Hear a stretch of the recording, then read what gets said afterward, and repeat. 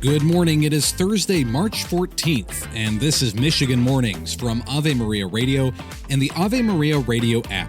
I'm Matthew Handley. We've got an interesting conversation for you about the psychological and spiritual health of your local priest. That's coming up, but first, your local weather and this news. Closing arguments were heard yesterday, and a jury is now deliberating the case of James Crumbley, the father of the Oxford High School shooter. Crumbley is charged with involuntary manslaughter in the deaths of 4 students in 2021. News Nation legal contributor Jesse Weber says he thinks Crumbley will be convicted. Not only did he buy the gun, not only did he allegedly fail to secure it, but there were messages from the shooter to his friend that would signify this father wasn't paying attention, and that when he turned to his father for help, he said, just suck it up, and gave him some pills. Unlike his wife's trial last month, James Crumbley did not take the stand. Last month was the first time in the U.S. that a parent has been held criminally responsible for a school shooting perpetrated by their child. More than 100 Flint teachers and staff called out sick yesterday, causing schools in the district to close. The call-out was in response to the Flint Board of Educators rejecting a proposal from the teachers union. Bruce Jordan, Uniserve Director for the Michigan Education Association, said the school board has ignored or denied requests to meet with the union. Flint Community Schools said in a statement on Facebook that it, quote, doesn't appreciate how this unexpected school closure will impact our families. Wayne County Executive Warren Evans says they will soon get the keys for a new state-of-the-art criminal justice center. It is near I-75 and East Warren Avenue and will be home to the jail, juvenile detention center, sheriff's office, prosecutor's office, and the Third Circuit Criminal Court. For 1,400 employee office spaces, the CJC represents our commitment to prioritizing the safety, security, and well-being of our community. During his 2024 State of the County address, Evans said the county has added 100 employees at the Juvenile Detention Center and has raised pay. He says conditions have improved since he declared a public health emergency last year.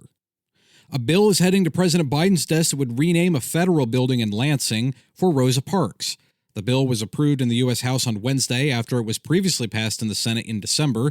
The name change for the building at 985 Michigan Avenue was introduced by Democratic Senator Debbie Stabenow. And the Bishop Mansion in Detroit's Palmer Woods neighborhood is back on the market for $7 million. The home was built in 1925 and features 12 bedrooms and 12 bathrooms and has 34,000 square feet of living space. The home sits on around 2 acres of land and was named after Bishop Michael Gallagher, who was Bishop of Detroit from 1918 until his death in 1937. He was also the founder of Sacred Heart Major Seminary.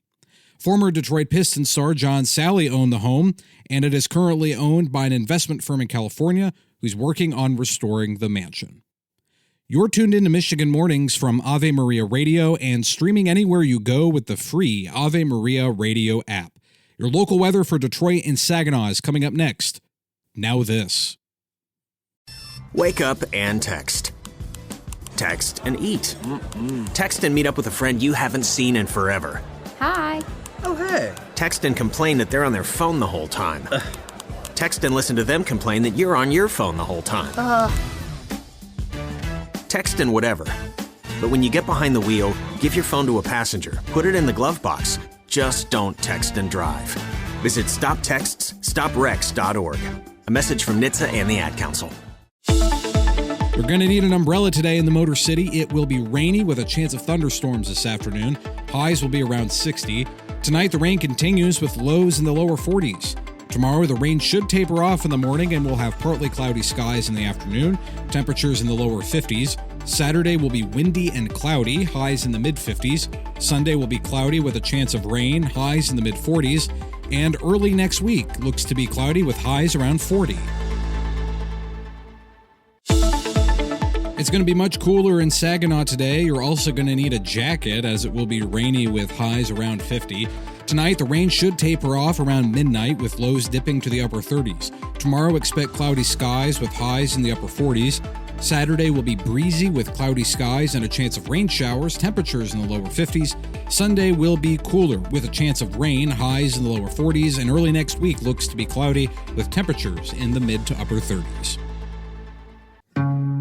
Is your priest all right? That is the question that Monsignor Stephen Rossetti raised in his new book, Priesthood in a Time of Crisis, a new study on the psychological and spiritual health of priests. He joined Al Cresta on Cresta in the Afternoon. The last study was done right in the midst of the pandemic in 2021. So, and the wake of the child abuse crisis. So the question comes, a major research question was, how resilient are the Catholic priests? Yeah. You know, in society, the CDC said that rates of depression and anxiety just about tripled or more. So it had a huge impact on the mental health of Americans and people around the world. So what did it do for priests? I was kind of surprised that priests actually did quite a bit better than the general population. Depression rates went from about 7% on my studies to about 14%, which is not nothing, of course, but it doubled, but it didn't triple or quadruple. So it made you wonder. You say, well, why did priests seem to do a bit better? And there were some strong reasons why when you looked at the study.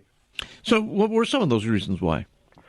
Well, how people, not just priests, but all of us, deal with stress now. As we all get stressed, of course. The question is, are we going to be resilient? Can we deal with it? Mm-hmm. Well, one thing is a sense of community, of connection. Priests tend to have good relations with other priests and with the laity. About over 90% of priests said they have good priest friends and good lay friends. Another thing is a question of internal sense of self, that self-esteem, that self-image, and almost about 88% of priests said they had a good self-image. And then thirdly, a relationship with the Lord and a spiritual life, which is connected to wellness. And about 94% of priests profess to have, a pretty decent spiritual life, of course. And one final thing was, in the midst of the pandemic, priests were helping others. And those who helped others, some sociological studies show, those who helped others during the pandemic tended to do better in terms of resilience. Interesting. Catch Crest in the Afternoon today at 4 p.m. or anytime with the Ave Maria radio app.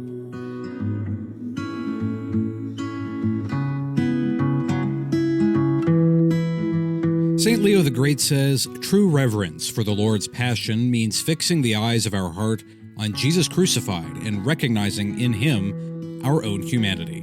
I'm Matthew Handley. That does it for this edition of Michigan Mornings. You can stay connected with me on X. I'm at Radio Handley. Lord willing, I will be back tomorrow. Until then, goodbye.